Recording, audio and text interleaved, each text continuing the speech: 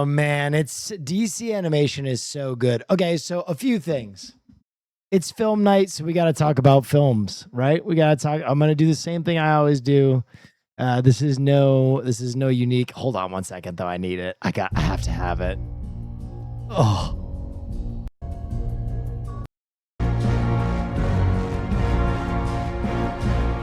Oh! Bam, bam, bam.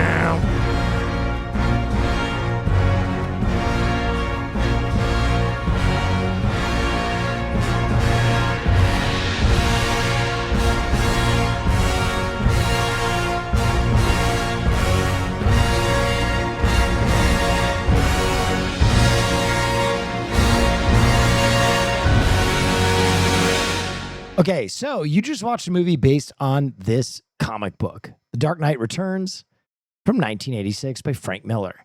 And obviously, Batman is huge, he's jacked, and the comic takes place in a fake future version of the 90s. And it's considered by many to be on the Mount Rushmore of comics. And there's a lot of reasons for that. I mean, first of all, you just watched the storyline here. It's incredible. It's such a great reimagining of Superman, of Batman. It feels like it's important in a brand new direction. It's still considered canon because it happens in a future that never transpires. And it's such a honest and awesome way to kind of re-envision like a lot of the characters, which was amazing. Okay, but why else is this comic book important? Well, I'll tell you. When this comic book came out in 1986, Batman was on the decline. And I know that's like hard for you guys to picture, but the popularity of Batman was like floundering. He had a lot less comics at the time. Mostly the version that like people really held of him was the Adam West, like pow, bang, zoop television version. And comic book fans were kind of losing interest as well because the 80s brought with it a lot of like really cool comic book experimentation. And Batman was kind of lame. He just hadn't really caught up with the time. And, you know, he was the Cape Crusader. He had no powers. And people in the 80s were like, it's Batman. You know what I mean? And Frank Miller dug him out of the fucking basement and main paged him again. After this comic book, Batman was fucking back. And that line of him being the one guy to beat Superman is like, it's so fucking iconic, and it's such an awesome way to end this kind of like, this is like the end of Batman's road, right? If you've ever read like Last Ronin or any of, or like the final season of Samurai Jack, like Dark Knight is not only the inspiration for all the things you know, but like this idea of like amazing finishing. comic. Great DC Thank you animation. so much. Could have used some Ernie McCracken though. Real. The idea of like finishing the story of these heroes is kind of the Dark Knight Returns. Like that was the one that set up Samurai Jack season 2 and Last Ronin and a bunch of other pieces. And it's just so fucking awesome. The art is like iconic. It's all jagged and fucked up and like brutal. And I mean, the Joker killing himself, Superman getting the absolute fucking shit kicked out of him, Green Lantern shooting a fucking kryptonite arrow with his teeth. Like this had everything.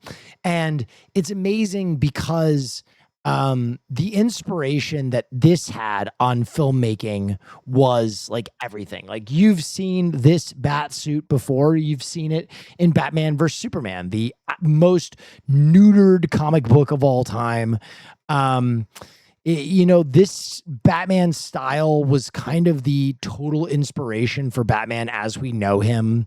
Like that kind of like dark, gritty, huge, he's had enough version of Batman is just the fucking best.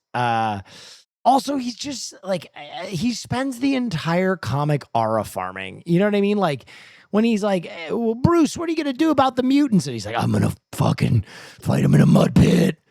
It's just like, oh my god, shoot it into my fucking veins.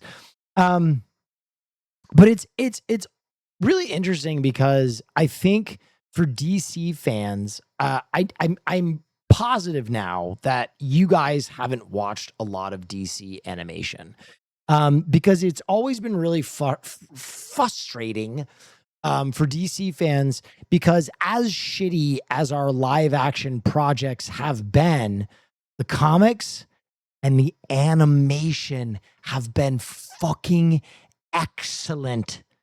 There are so many really good DC animated shows and DC animated movies. Like Warner Brothers does fucking animation. And I'm telling you, there are at least 20 animated shows and movies that are as good as what you just watched. Like, go through the backlog. If you don't know why I am a DC fan, it is probably for that reason. And they like don't hold your hand. You know what I mean? Like, I think a lot of you are so used to like live action projects and the Marvel universe that like when Joker was just running down that hallway, fucking assassinating people in the tunnel of love, you were like, oh shit, what the fuck? Oh my God. He just execute. I love the kind of woman that will actually. You know what I mean? Like he's just a terrorist. Like he's insane. And I think that's kind of like what DC always gave in spades, was like these real kind of grittier, tougher stories. Flashpoint Paradox, DC Dark Universe, Darkest Night, like all of these are really worth your time. They're really good, and I'm so excited leading up to the next phase of DC. It really feels like go ahead. I don't take no shit from anyone. Please continue to show the community why we love our nerd shit. Yeah, This was an incredible film night, Thank and DC you. would be great for them. Chat Thank would you. love my woke goat Green Arrow. Also, I'm almost done the first Dungeon Crawler Carl book, and it fucking rips. Dungeon Crawler Carl is peak. But yeah, I think that Dark Knight is like one of the pure adaptations that we've gotten. Nolan's Dark Knight. So then when Superman came out, like it wasn't dark and gritty, but it felt very honest to the real version of Superman. I think a lot of comic fans had kind of like abandoned the comics that the origin of their stories were from. Like Zack Snyder's Superman is like not Superman. Like I don't want to further divide myself from the Snyderverse fans, but like that was always the most frustrating thing, is like that kind of iteration of DC really felt like an aberration away from the comics. And Superman really felt like, man, they're getting back to it. So I'm so excited for the kind of casual fans and maybe some new fans here tonight that get the first opportunity to see characters like Clayface and Penguin and Peacemaker and Green Lanterns as these projects come up. I'm legitimately so excited. And in the same way that like I had kind of given up hopes that the Knicks would ever be good and I would ever celebrate a victory for New York sports. Like I had I'm going to be honest.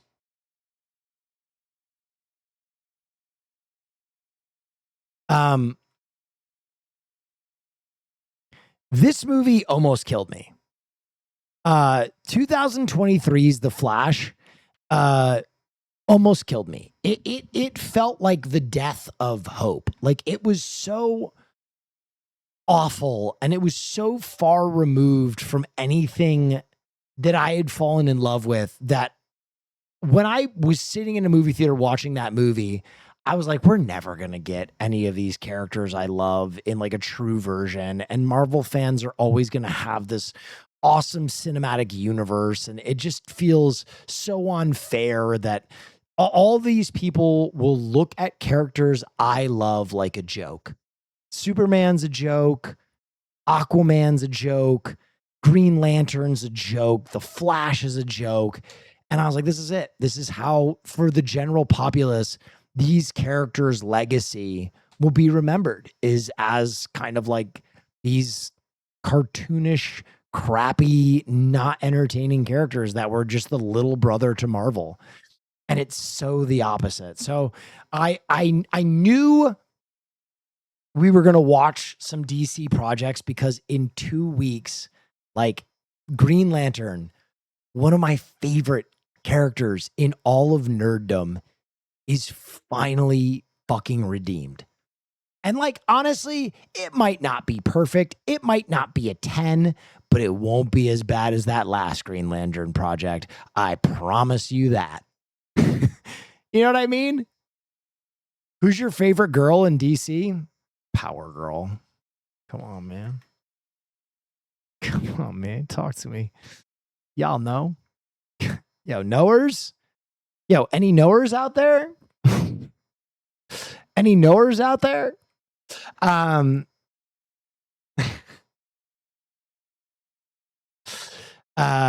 Anyway, yeah, I'm really excited. And I think this next wave will be really good. So I hope I shared a little bit of my nerd passion for this universe with you guys tonight. And I hope those of you who have heard me ranting and raving for what seems like forever now understand a little bit why I'm so infatuated with the characters in this place. So go ahead. Go ahead.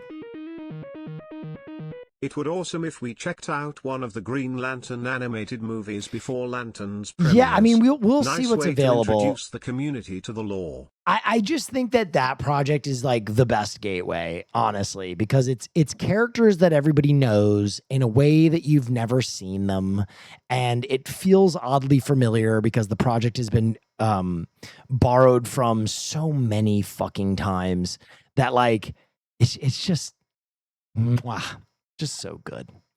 All right, ladies and gentlemen, that's gonna do it for me. I'm gonna head on out. I'm gonna go get some sleep. But I want to thank you for stopping by. I hope you had a wonderful time. I'm going to send everybody over to my great friend who I never see on this late at night. I'm going to send you over Frogan's direction. So please give her the same love and respect that you would give me. I will see y'all. No, I won't see you tomorrow. I have the podcast. So fuck you guys. But anyway, I appreciate you. Have a wonderful night. And remember, I am in the shadows, watching. I am this city's dark protector. I am vengeance. I am the night. I am Batman. Good night, guys.